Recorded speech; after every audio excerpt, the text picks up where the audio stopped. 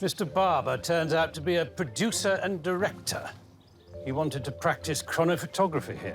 It's not the Stone Age, Papa. You mean he wants to make a film at Downton? In this movie, one of the principal storylines is the production of a film that's taking place at Downton. The film company have arrived, and that will require a sort of collision between these two cultures. Not only the immaculate way in which the house is run, its staff, the aristocratic family, in their seat of most glory. I think we're all really excited. I think it's going to be such a cool day and really funny getting to see Daisy, Mrs. Patmore, Mrs. Hughes in all their finery. People are literally running around saying, demanding things. Leslie's demanding a tiara. She wants ringlets. Like, it's going to be amazing.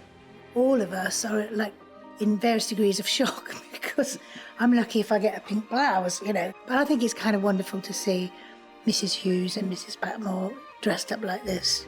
I feel like the Queen. Well, I don't envy her if these corsets are anything to go by.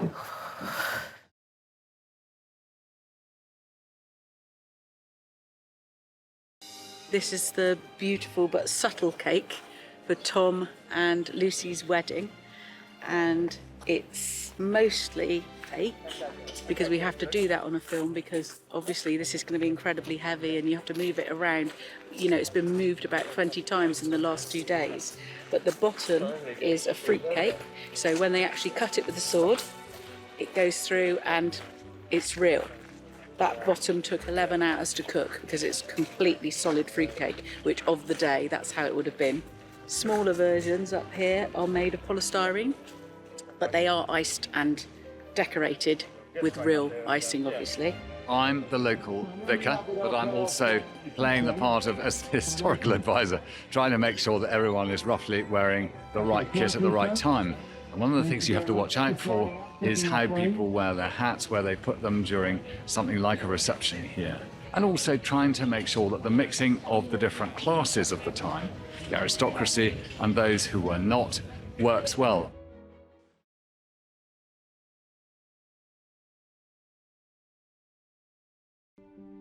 Once it was decided that the film in the film is going to be set in 1875, we were faced with the challenge to make them look like they've been made in the 20s for a film, and we found beautiful embellishment, as you can see here on the dresses.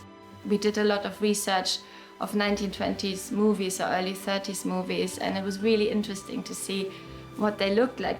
The clips of the film within the film, of course, in black and white.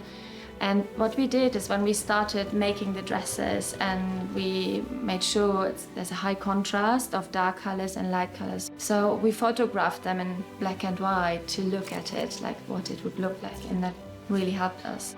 For Guy Dexter, I wanted him to look very much like an old Hollywood character, like Cary Grant. For example, I looked at lots of images of him and he looks incredibly dapper, handsome.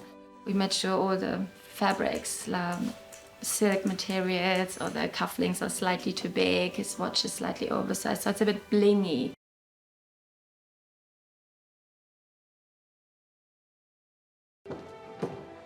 Come on, Carson. Let's run for it before things get any worse.